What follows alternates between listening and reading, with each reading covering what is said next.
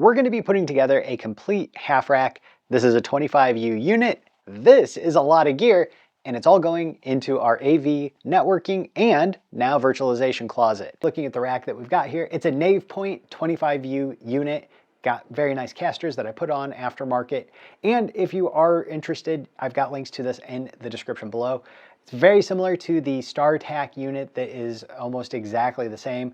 And one of the nice things is it's adjustable, it's depth. And so I have mine set to the shallowest that it can be. And that is pretty cool because that will help us fit all of this gear in there and not take up a tremendous amount of depth in the closet. Now let's talk a little bit about the planning. So the first thing you need to do is start with the plan, which you can get off of digitalspaceport.com. And I have a complete outline that you can use for evaluating your own racking needs. The next thing that you need is to, in the area where you are going to be doing the majority of the work, where the rack is going to be living, figure out how your cables are coming in there and create a map of the individual cables and where they go that are ingressing into that area. You might have to make a couple of these actually. And eventually you're going to want to start brainstorming, even though you're probably not going to have it survive the first brainstorm attempt. And definitely before you get into Visio or Draw.io, I think it's easy to start on a piece of paper. I would recommend that you start out there also, unless you are ready to just jump into Draw.io. Few are. But after that, eventually you will come up with a very good port by port plan, just kind of drawing things around, seeing how much you need. I mean, I'm glad I did this because I was going to make a pretty catastrophic error because I actually need 48 ports on this setup and not 24. And I had bought a 24. And eventually you can toss it into something nice like Visio or Draw.io and get yourself a complete diagram. And you can find all of this, like I mentioned, on digitalspaceport.com, where you can get started and set up with your own Homelab AV smart home networking hub really quick.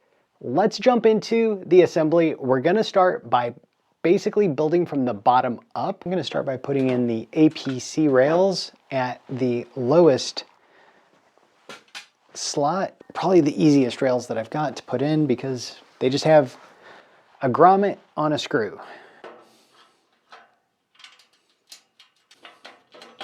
Making sure that your UPS is at the bottom is a good idea. Your UPS is usually going to be one of the heaviest items. Possibly a J-bod might also be a little bit heavier.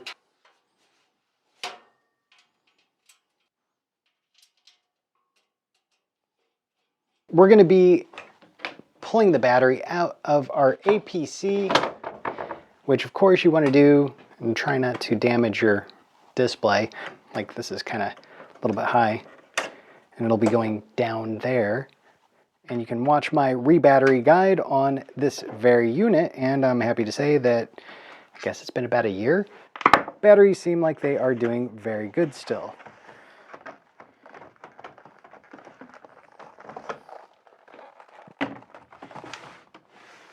Okay, much lighter now.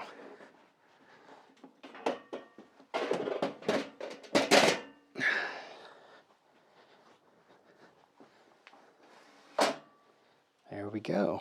And don't put the battery back in until you have this attached up. But definitely when you are placing your screws, you've got a screw here and a screw hole here, but it needs to be the same type of a screw to pull it back in there. And I've got some screws that I'm going to try to find the link to these exact ones that work really well for this. It always starts out so simple, but then you end up like this, with a complete can of stuff that you got to sort through for nuts every time you want to add a new piece of gear. These dudes here, they've kind of got like a button grommet on them also.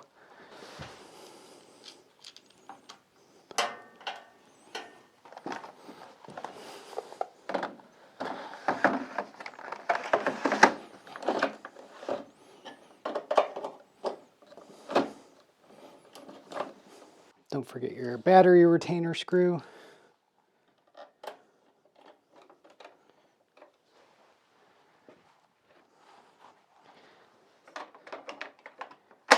And our first piece of gear is in.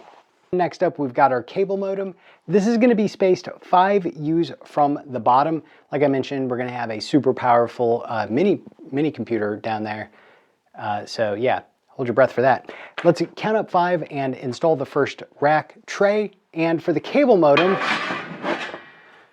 I'm using, I believe, the cheapest that I was able to find. And there's links to all these. I would rate this specific one as definitely not over probably a 5 to 10 pound hold on it. Since we're going up 5 U's on this, we're going to start at 8 for this first rack tray that we're going to be putting in here. So if you're factoring in why I would buy a cheap rack tray, it is because the hardware going in it is cheap also. So this one really just gotta be holding a cable modem, not that critical, and you end up running into pretty high costs with your racks if you're going with just the premiums. Of course, you can make your own decisions, but I feel like putting the money into something a little more bang for the buck, like GPUs, might not be bad versus trays. It's just my thought. Let me know what you think about the aesthetics of home server racks, and let me know what your significant other thinks about the aesthetics of home server racks in the comments below. All right, and the cable modem's in that room, so we'll just put it on here after we move it in there.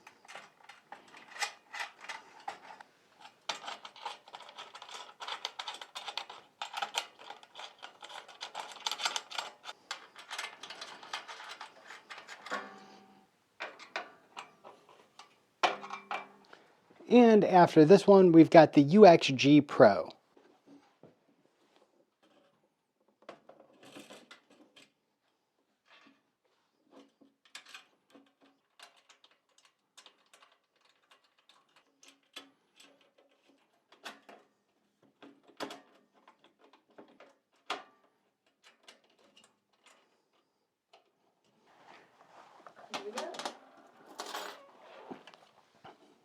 Okay.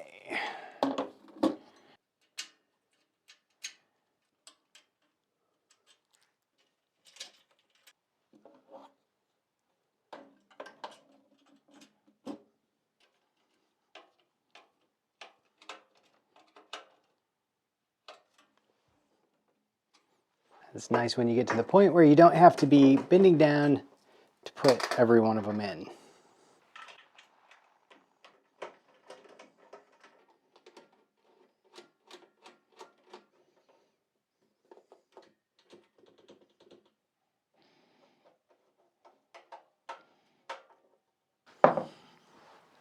Nice.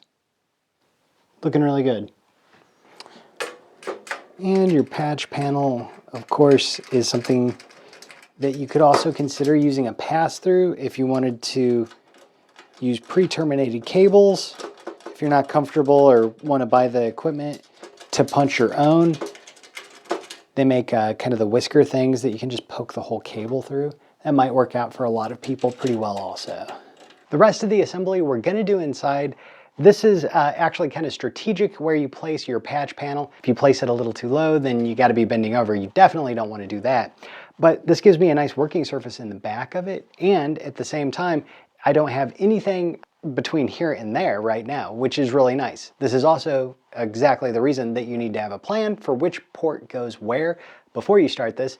You could even use something like an Excel sheet and just put 1 through 48 in this instance, and then label what those were going to be next column. So a couple things that you want to do before you move your server rack into its permanent location and finish loading it up, or if you're thinking about what your order of operations should look like, you definitely want to already have any wires pulled into the area that you need. So in the case of networking, that might be wall drops, that could be fiber even. I have some fiber drops, and it could very likely be a lot of Cat 5 or 6 cable. You should definitely be installing Cat 6 cable. Links to some good stuff that I use, Monoprice, in the description below.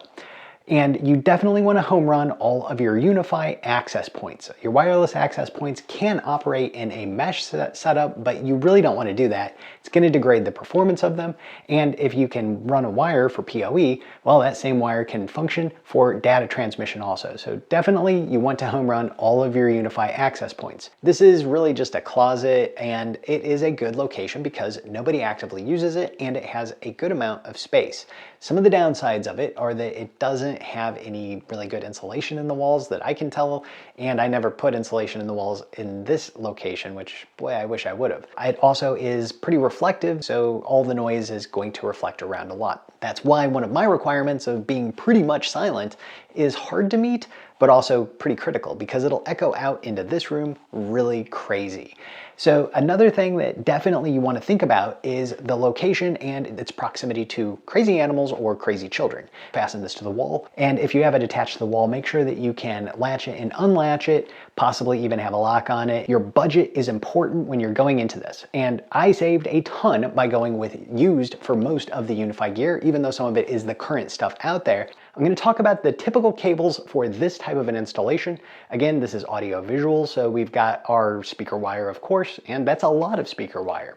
We also have some sub cables, and I've got a HDMI over fiber and a bunch of other HDMIs. So that's a lot of just audio visual that I've got in here. As a matter of fact, it's going to be one entire area that we're going to bound up on its own. It'll be at the top of the rack because the network receiver is at the top of the rack. So next we're going to talk about the networking portion of this rack. So of course I'm pulling in a bunch of CAT cables. I've also got some fiber. That also is going to be home running all of the wireless access points. So everything has a cable running back home. So for our instance here, I had a bunch of drops already installed throughout the house, and I did that when I bought the place and we initially wired it. Didn't have cable or antenna or nothing when we got the place, so it was a pretty blank slate. A great idea to have a couple of extra runs pulled but just kind of coiled up with a lot of extra feet of it in the attic. That way, if you need to get up there and run maybe another PoE camera, you've already got the cable up there. If you have a very tight closet, you might run into a heat buildup problem. So you may want to work on somehow getting the heat out, maybe a fan system at the bottom to pull in. Definitely you might want to have, if you're going to put any computers in there that have, you know, a lot of wattage to them, some sort of a fan that they can definitely be circulating that air in and out of that closet. Because if you don't, and if you close the door, then you might overheat and you get into a situation where it just spirals the heat loop and your fans will get louder and louder, and that's annoying. You don't want that.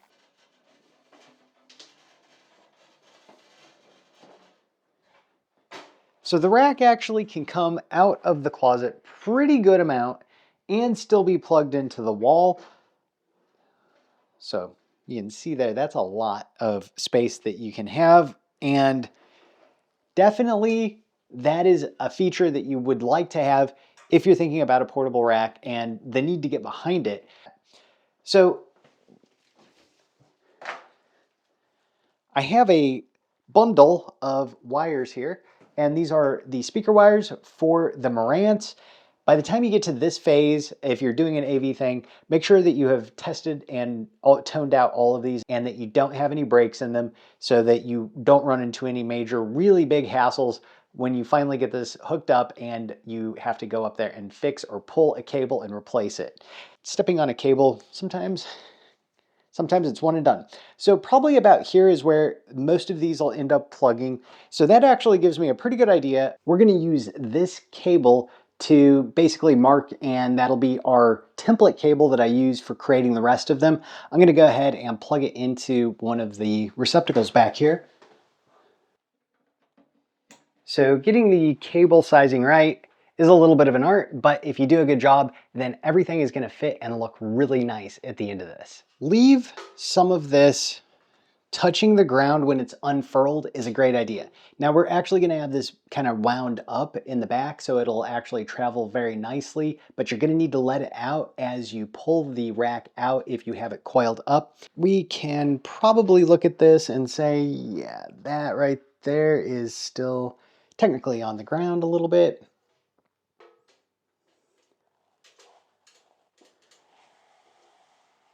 Yeah, and I think I was pretty close when I said about a foot there.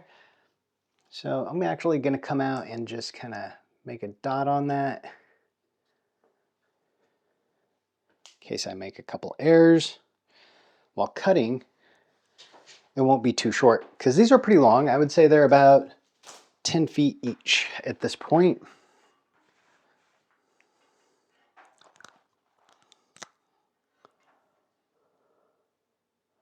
There we go. And now this will make it easy to stretch out all the rest of the cables that we're going to use to this length. And I'm not going to be using a bunch of red cables. I'm going to be using white cables so it looks nice.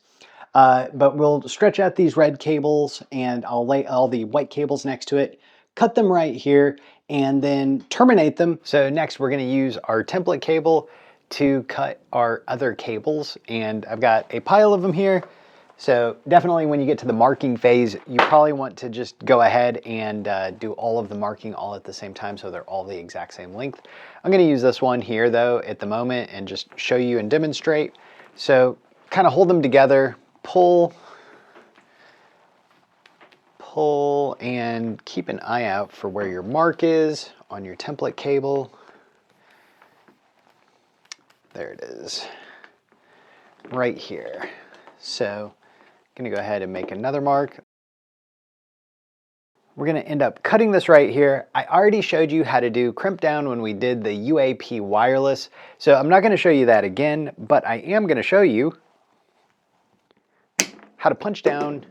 Okay, so to start with, we're going to strip this back just about right here. Don't need to go too terribly far back. And then twist and pull. Bend this and pull back the twisted pairs. And then cut your fabric.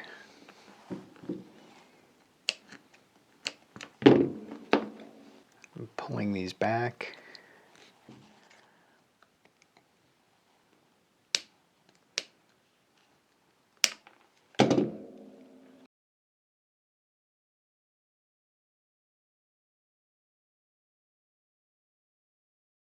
So just untwirl these about maybe 3/4 of the way back. Now on this side it's going to be orange, white, orange, green, white, green. On the next side it's going to be blue, white, blue, brown, white, brown. So we'll just kind of pull this up here.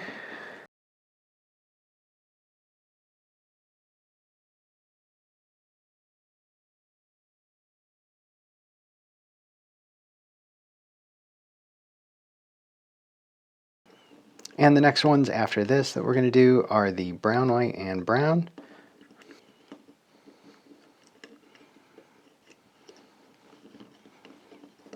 And the blue, white, and blue.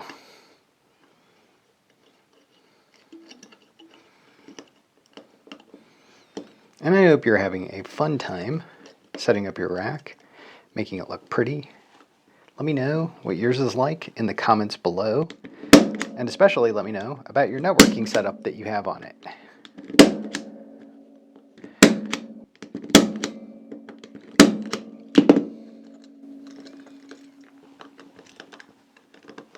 So there we go. We have our terminated punched Keystone. And make sure you use the zip tie on it because it definitely will try to pull out the back, possibly at the worst time, and ruin your cable. And you can kind of jiggle it back and then nip that tip. And there we go. So the other side of this, of course, is going to be your RJ45 crimp that I showed you. And this here is now our Keystone ready to go, measured, and I'm going to do the rest of these.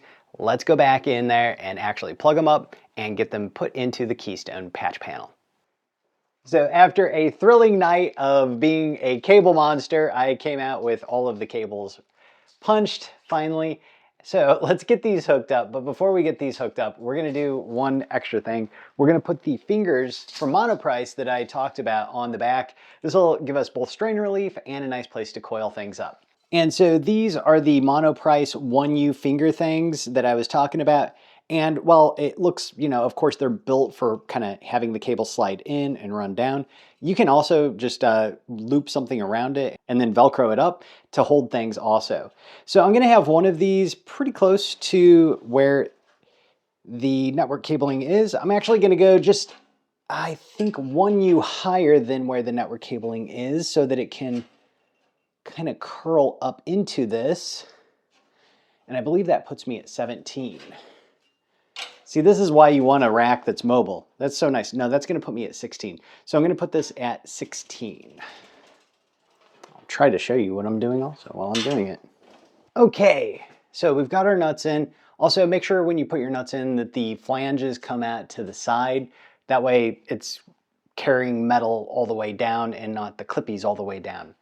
Let's get the finger number 1, oh, it's right here, put on here.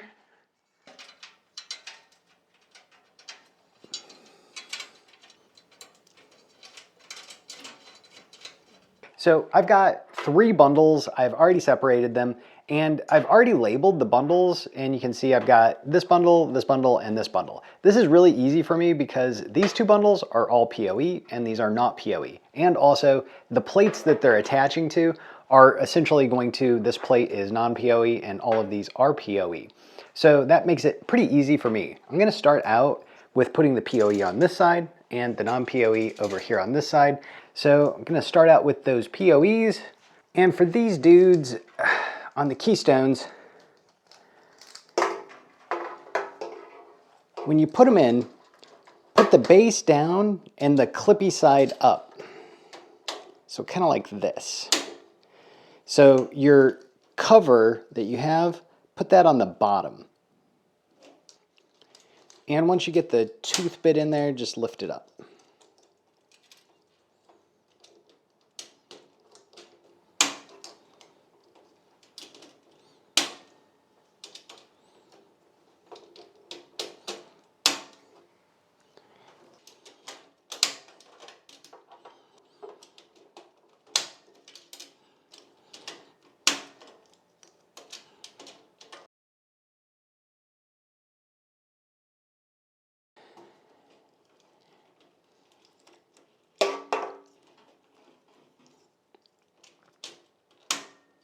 And now I'm going to start these other ones over on the middle here.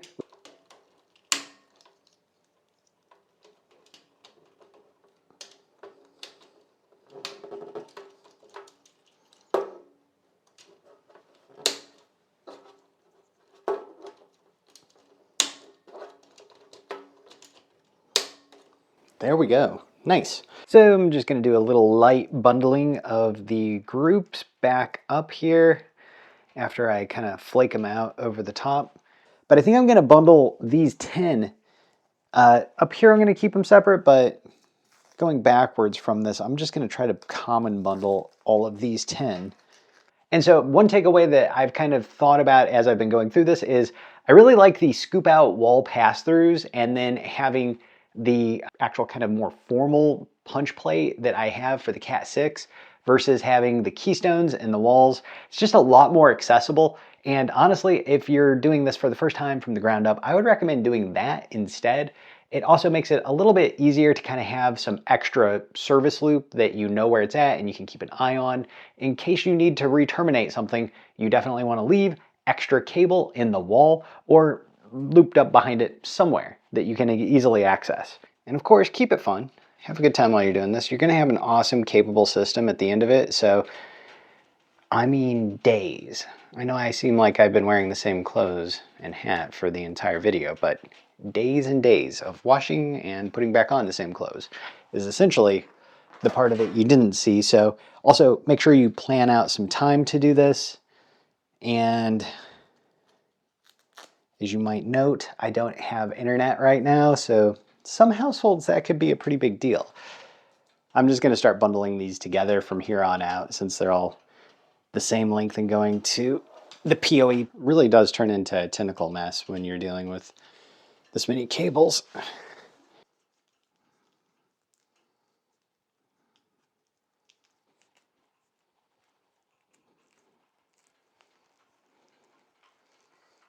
See, it just wants to automatically bundle itself.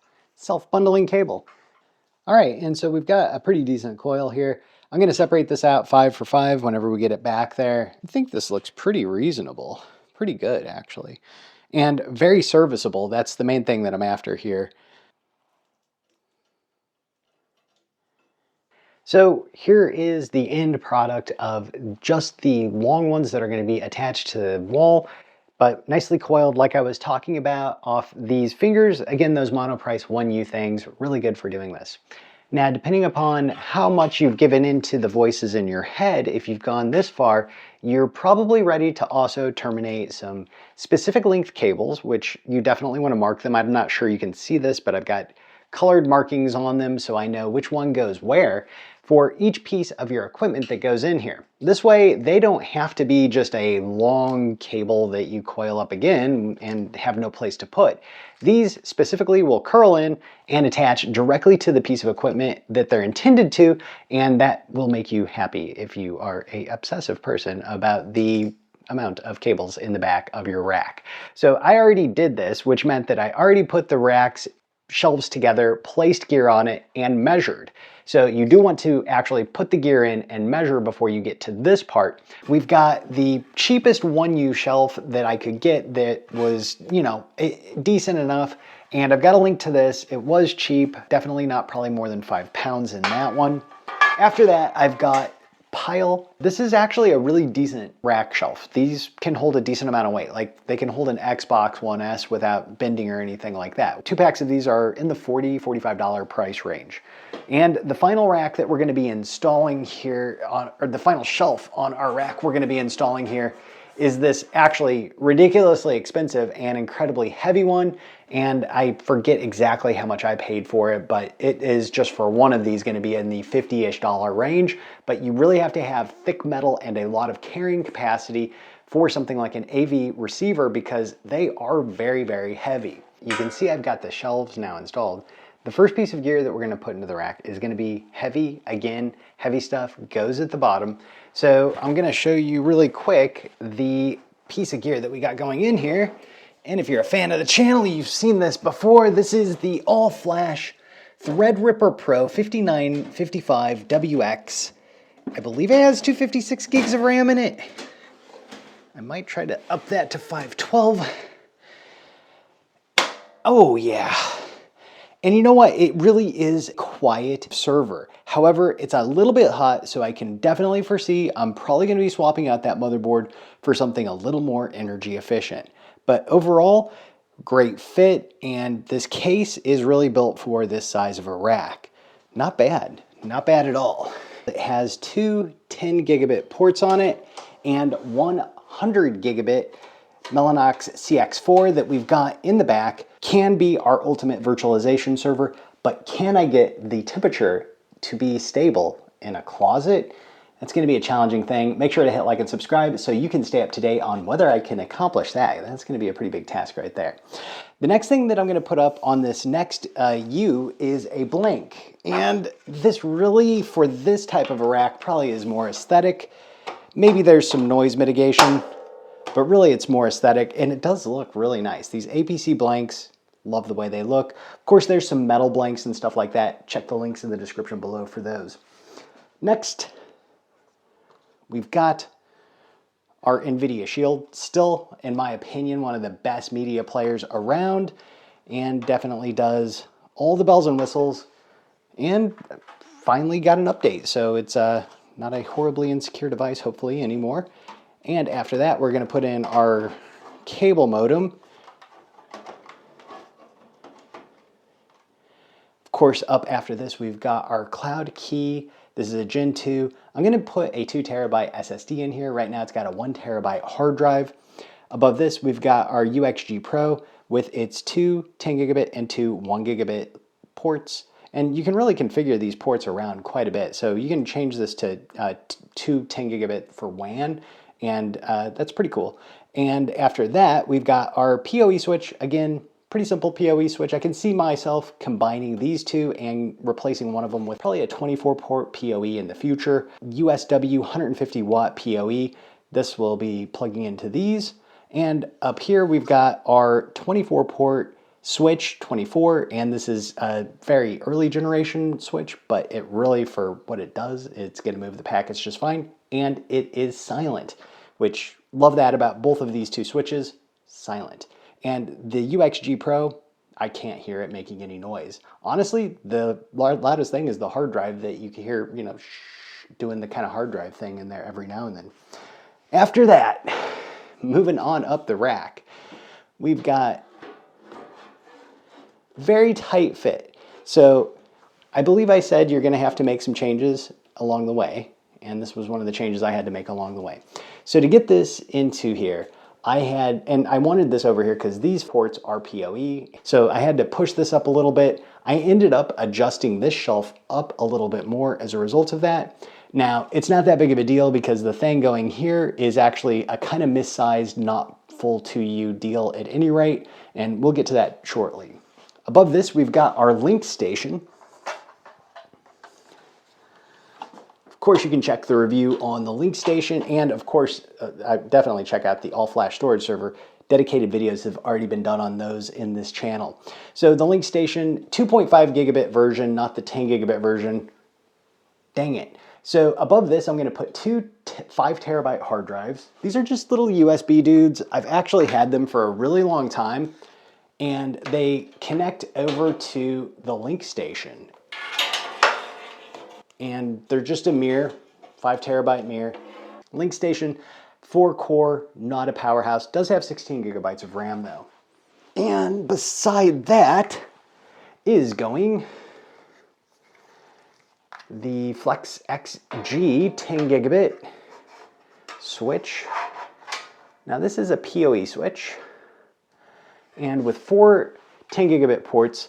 So this has two 10 gigabit ports. This has a 2.5 gigabit port, and this is going to be probably connected here as like an uplink or something like that in the future.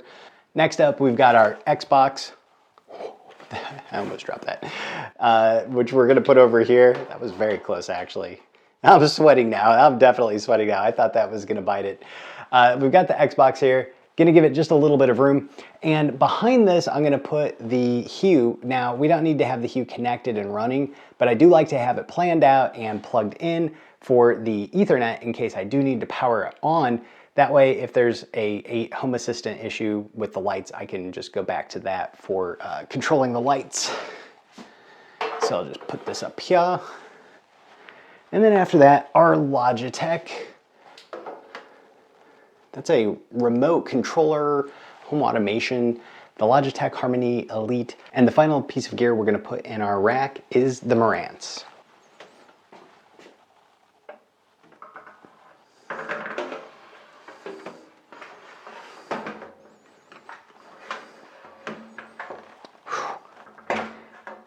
That really is a heavy booger.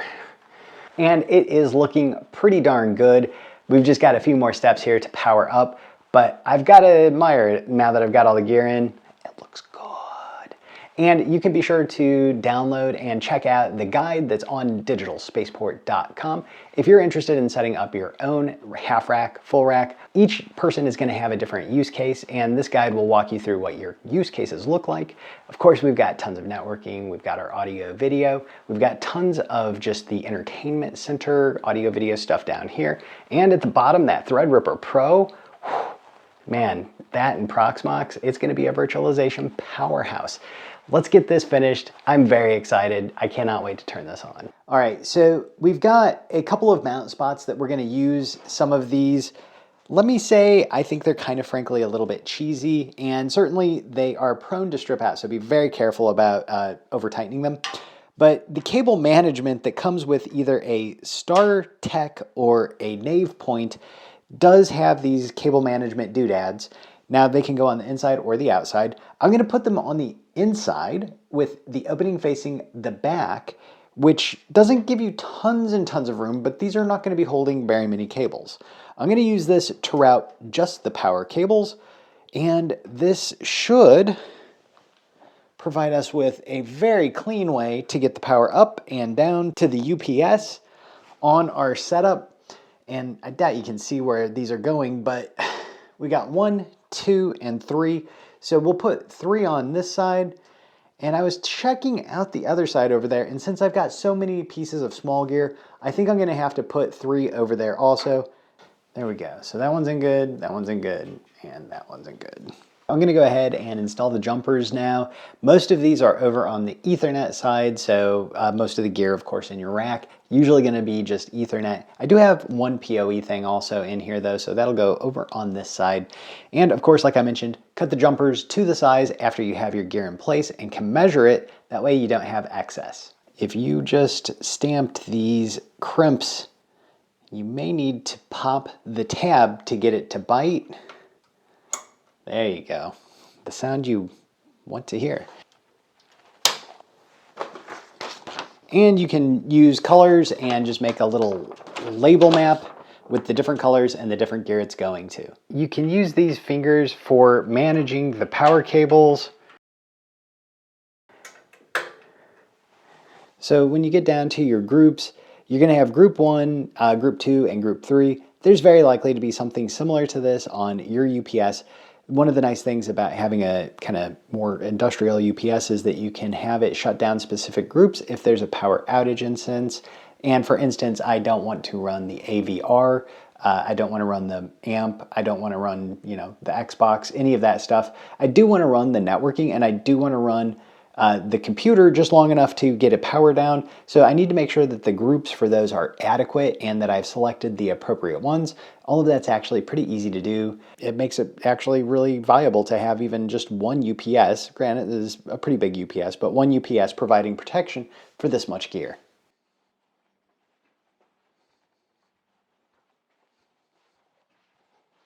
So I love watching videos dealing with cabling and setting up server racks, and there's not a lot of them.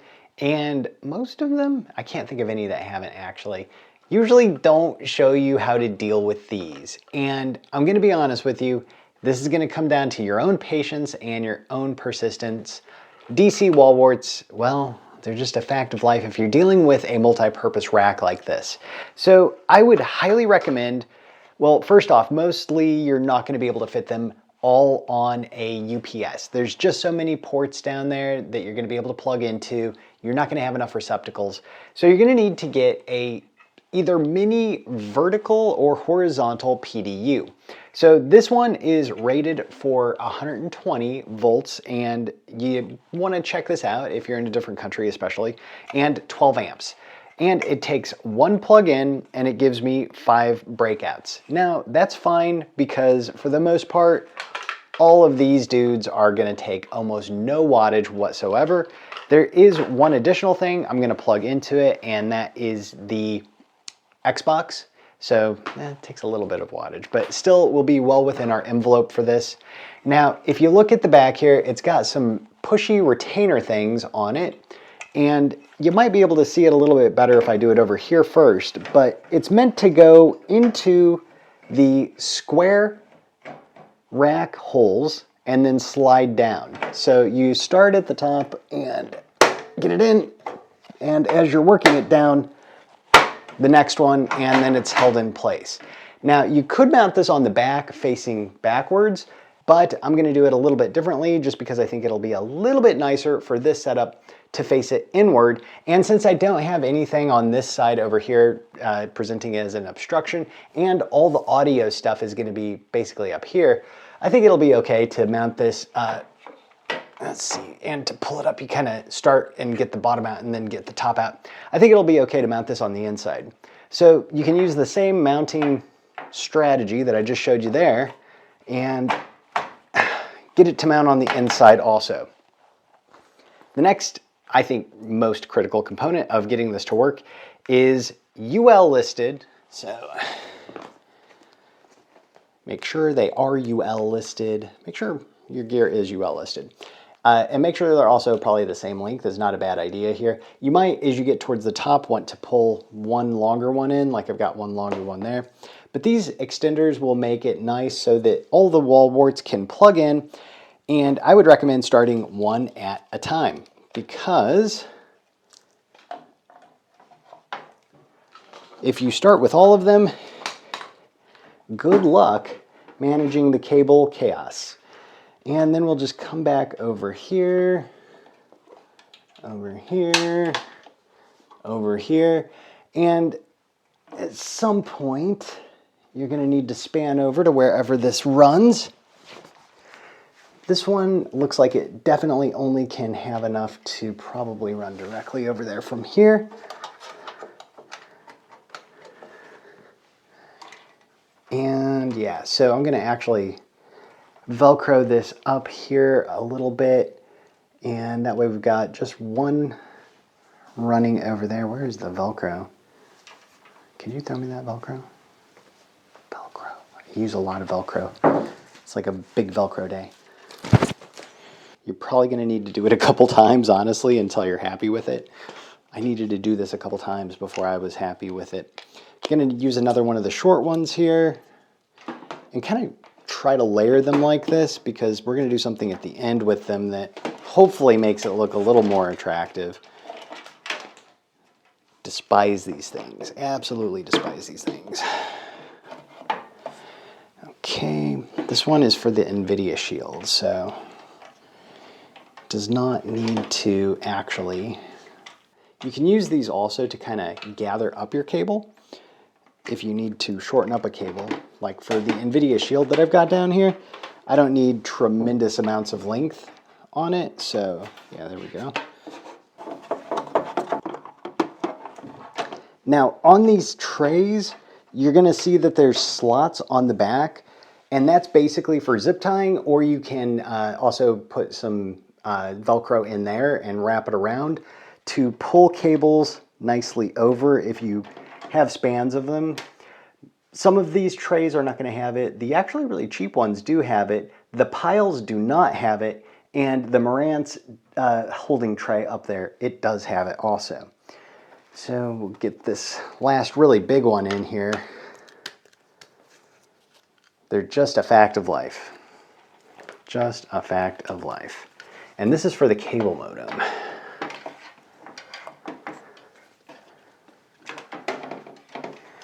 And boy, this has me wanting to buy the Ubiquiti UCI cable modem really bad, because I really don't think they're ever going to bring high split. If they can get away with not doing it, they're definitely going to try to not do it also. So come up here, and then back down here, and over to, and yeah, those things, like I mentioned, cheesy, so they will just pour the cables out of them if they get the chance. There we go. Come on over. And plugged in there. So we've got kind of a little bundle going. It's not the best bundle that I've ever seen or made in my life, but it is kind of a little bundle. You want to keep the warts themselves bundled up here and try to run the cables outside of them. See how this looks here. It's not terrible. It's not great, but it's not the worst thing I've ever seen in my life. And if I bundle this up, I mean, it's not bad. It's not great, but it's not bad. So let me get the little Logitech pulled in here. This one at least is pretty small, so I can just push this one in directly because it's narrow, and still gonna run it through the same cable gamut thing that I was doing with the others. Hello, what am I doing? Hello. And up here. And if I ever have to move any of these, I can almost guarantee you that it instantly looks worse. But this is how I manage DC power cables in my little server rack. You know what? I think it's not bad. I can tell myself that. Let me know what you think in the comments below. Pull these together, do a little bundly-doo. All right, it's kind of reasonable. Well, they're DC wall warts. I mean, at the end of the day, that's really not that great, but that's also not that bad. There's only so much you can do. And I'm beginning to question my own sanity as I've taken you through this entire racking process, including things like power, managing DC little plugs that are super annoying, getting your networking wired up, all of the cable management in the back so that everything looks pretty cohesive, putting together a really decent layout, which, hey, still really sexy here. And finally, we're going to be wiring up our audio video receiver here And yeah, I think I'm gonna just go ahead, put this right over the top of this.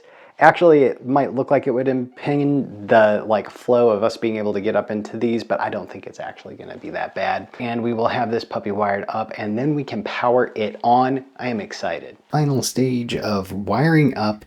Now there's probably a future where I actually have these cables terminated at a plate in here somewhere, but I think I want to make sure that that's done very, very well if I do that, and not going to happen anytime soon. So our shortest cable that's going to be running to this is going to our amp. So I'm going to pull this one first, and this will be our gauge for how much extra slack I can take out. Okay, so all the rest of that's looking good. Now the rest of these look like they're long enough. I did have our sub and our HDMI. I'll deal with those last. I just wanted to pull those out kind of to the side so they're not getting in the way. And if I'm looking at it, yeah, easily I could pull another bit off of this, but I think I'm just gonna leave it like it is right here. I think this is pretty decent. And this gives me enough room to hopefully take these one by one and work them in and get them tied down into their little posts. And then I can just coil this back up as I pull it backwards. Got it kind of temporarily held in place here with this. So I'm gonna get another big piece of Velcro whenever we get ready to wrap it up here. But just basically at this point, gotta put a bunch of speaker wire in there. Getting all your audio cables wired up definitely is a pain, and I definitely stress that you should try your best to get really good connections on them and fully run a calibration and test on your entire AV system. These come with auto tuners, so they come with a microphone, you put it on a stand, you put it out there and you move it around, it'll tell you where to move it around, it'll auto calibrate. I really recommend you do that because it'll also tell you if you've got any bad or flaky connections, which if you do, you want to solve this while you've got this out, and it's the best time to do this.